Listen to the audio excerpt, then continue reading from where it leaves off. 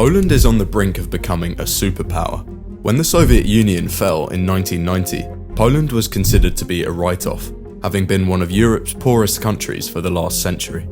Its position in Central Europe between Germany, Russia, and other European powers has unfortunately meant that it has been invaded numerous times, costing thousands of lives and significantly halting its progress. But this has all started to change. In the last 30 years, Poland's economy has grown more than tenfold, more than any other country in Europe. In this period, Poland has never had a recession. Whilst other countries fell in the 2008 financial crash, Poland just kept growing. This gives it the best track record of any country in Europe, and nearly the whole world. Its citizens, once some of Europe's poorest, are estimated by some measures to become richer than those in the UK by as soon as 2030. Poland's economy is not the only thing that's been growing. Keen to avoid any repeats of history, the country has spent the last 2 decades building its military, and it now has the largest army in the European Union. After joining NATO in 1999, it has been one of the few members to consistently meet and go beyond its defence spending requirements of 2%. Spending increased again in 2014 and 2022, following the Russian invasion of Ukraine. Poland proportionally is the biggest spender in NATO at 3.9% of GDP, the figure which is set to get even bigger.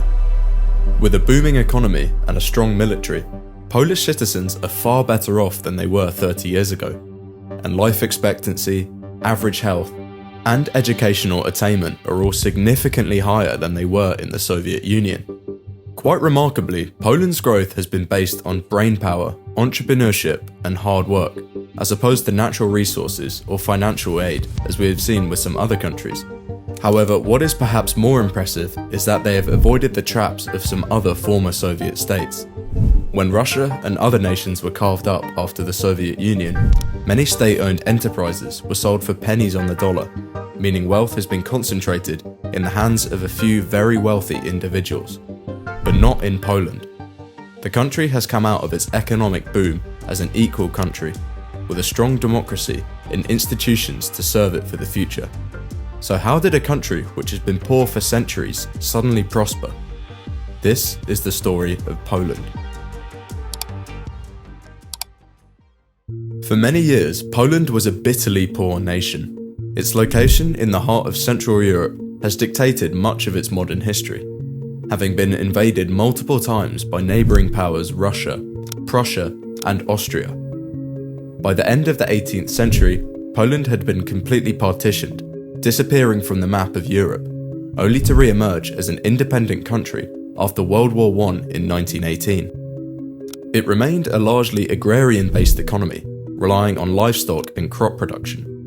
Despite several attempts to modernise, by the 1930s, Poland's economy remained underdeveloped compared to other European powers, making it extremely vulnerable and a large contributor to its rapid defeat in the early stages of World War II, thus beginning a 50-year period of occupation. Following the end of World War II, the country was in tatters, having served as a battleground for German and Russian forces. Poland now found itself absorbed within the Soviet Eastern Bloc, becoming a satellite state. In the 40 years that followed, similar to other satellite states, Poland was essentially used to service the Soviet Union, and its economy reflected this.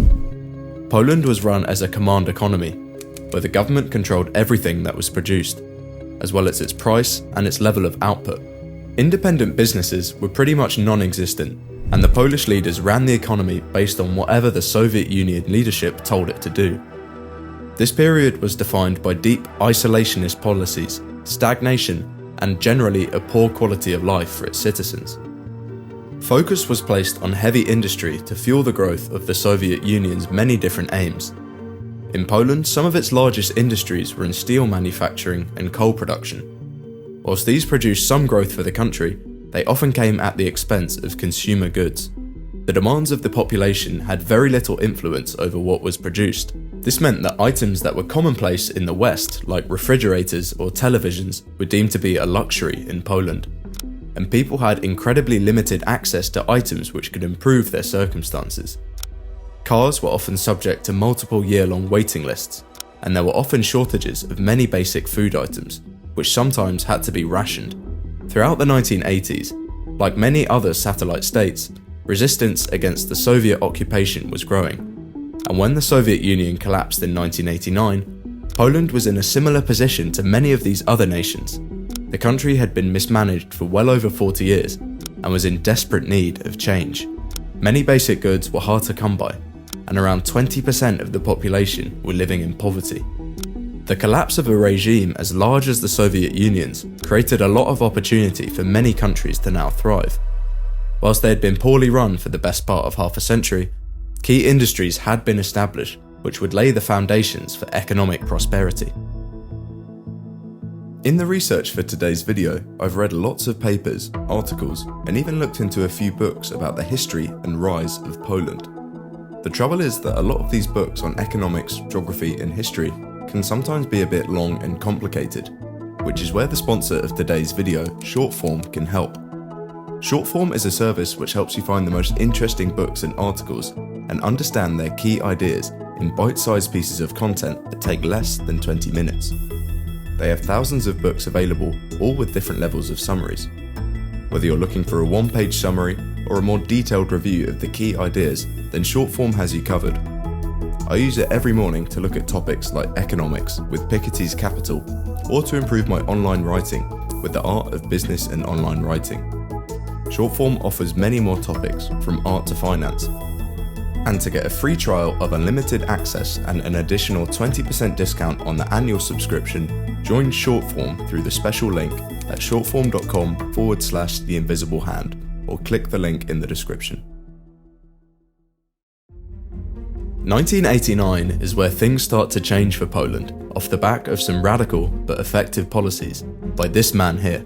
This is Leszek Balcerowicz. He was the head of finance in the first non-Soviet government and sought to transform Poland using the Balcerowicz plan, a series of radical economic reforms labelled as shock therapy. You may recognise this term as it's what Javier Milei in Argentina labelled his own set of radical economic reforms, and it's been used in other countries across the world with mixed results. In Poland, its main aims were simple: to change its economy from being state-controlled to a market-oriented economy. Keeping in line with the shock therapy, many large economic changes were made very quickly. Subsidies which had been provided for years to inefficient and costly industries like shipbuilding and mining were removed almost overnight, as were price controls on many products, which had kept goods artificially cheap.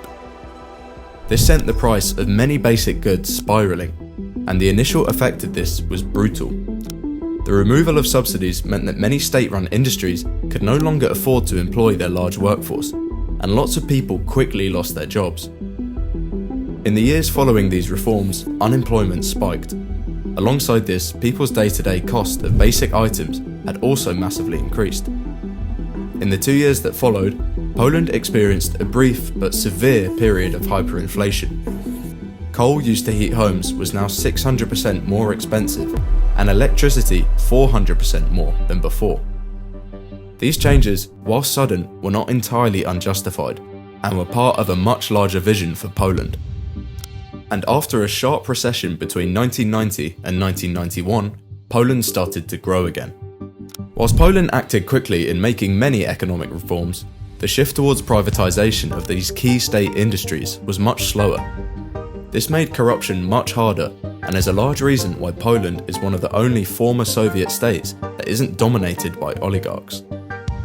The transition towards privatization was accompanied by the establishment of legal and institutional frameworks necessary for long-term economic growth. Property rights, commercial codes, and the re-establishment of the Warsaw Stock Exchange all served to create an environment that was conducive to business development. Entrepreneurship, which had been nearly impossible under Soviet rule, was now encouraged and allowed to thrive.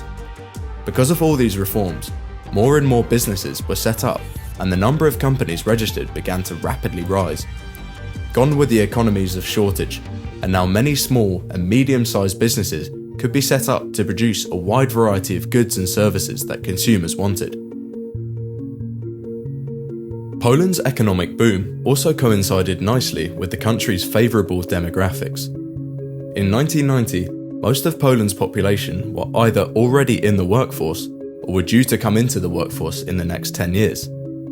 Its large and cheap workforce, alongside its economic liberalisation to become a more efficient economy, made it the perfect destination for foreign direct investment. These flows quickly rose to around 5% of Poland's GDP by the end of the 1990s. Many companies, ranging from auto manufacturing to American tech giants, moved their operations to Poland to take advantage of its workforce. This allowed Poland to continue growing at a fast pace throughout the 1990s and early 2000s. And membership of the EU in 2004 further boosted Poland's growth. At the time, it was one of the EU's poorest members. Poland became the beneficiary of a flood of EU structural funds, in some sense the equivalent of the post-war reconstruction money that it had missed out on because of the onset of the Cold War. Access to the EU single market also vastly improved Poland's trading opportunities. As a result of this growth and EU membership, GDP at purchasing power parity is now 80% of the EU average, compared to just 39% in 1990. Following this miracle period of economic growth, investment from foreign companies has continued to be a crucial source of growth for Poland, employing thousands of workers in key industries. But in many ways, this is a double-edged sword. The role of foreign investment has undoubtedly provided benefit by creating jobs and contributing to the skill development necessary for growth.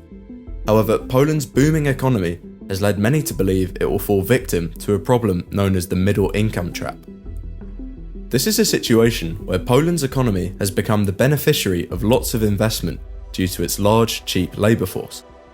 But as its economies continue to grow, workers will be paid more and more, gradually eroding its price-competitive labour advantage, and therefore making it a less attractive place to invest.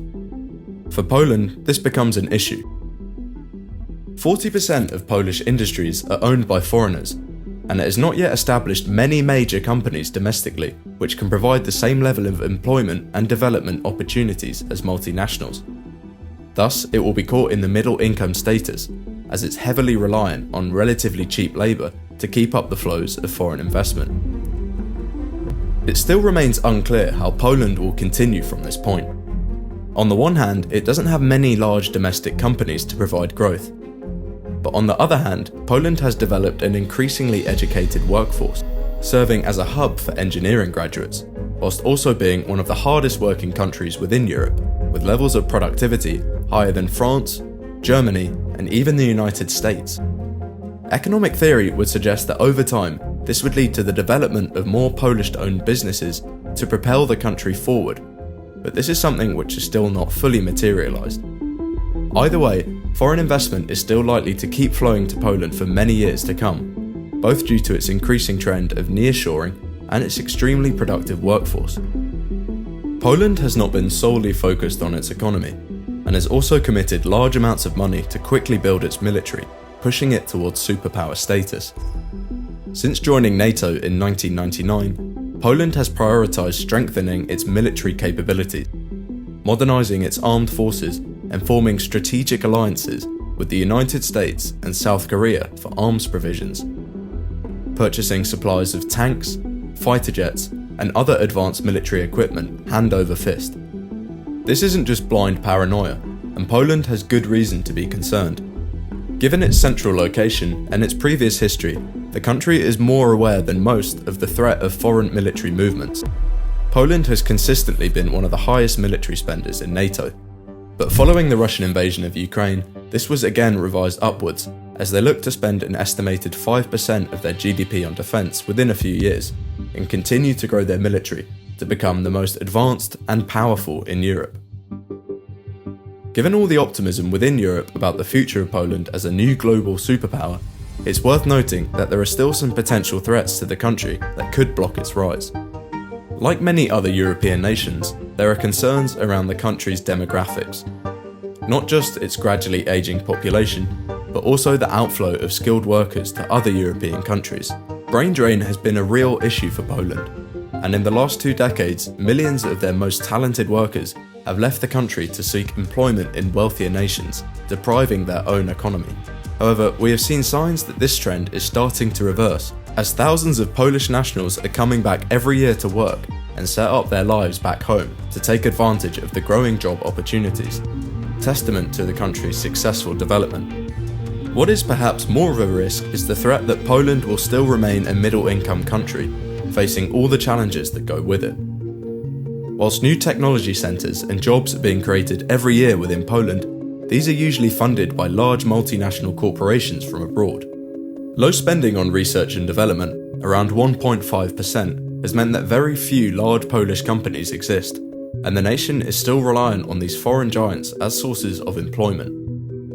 A highly educated workforce like Poland's would suggest that over time more and more companies would be founded, creating jobs and domestic growth, but this still isn't the case. Only one company in the Fortune 500 is Polish, compared to 30 German companies and 18 British ones. This is an issue which will only get worse for Poland, and they become more and more reliant on foreign investment to drive their growth. This is further made worse as Poland has one of the lowest saving rates in the European Union. This is an issue as household saving is one of the primary drivers of domestic investment and capital development. Higher levels of saving often leads to higher levels of domestic investment, which would mean that Poland can become less reliant on foreign capital to plug this mismatch. Poland's path to becoming a true economic superpower, while certainly in a better position than it was 30 years ago, still faces a number of challenges. Its ability to develop domestic growth and push past the status of a middle-income nation will perhaps be the most important factor in determining its success. But the threat of Russian aggression from the east, as well as its own domestic political troubles, could also spell challenges for the country. If you've liked this video and would like to watch more, then make sure to check out our videos on other European economies, like France, the UK, Ireland, and many more.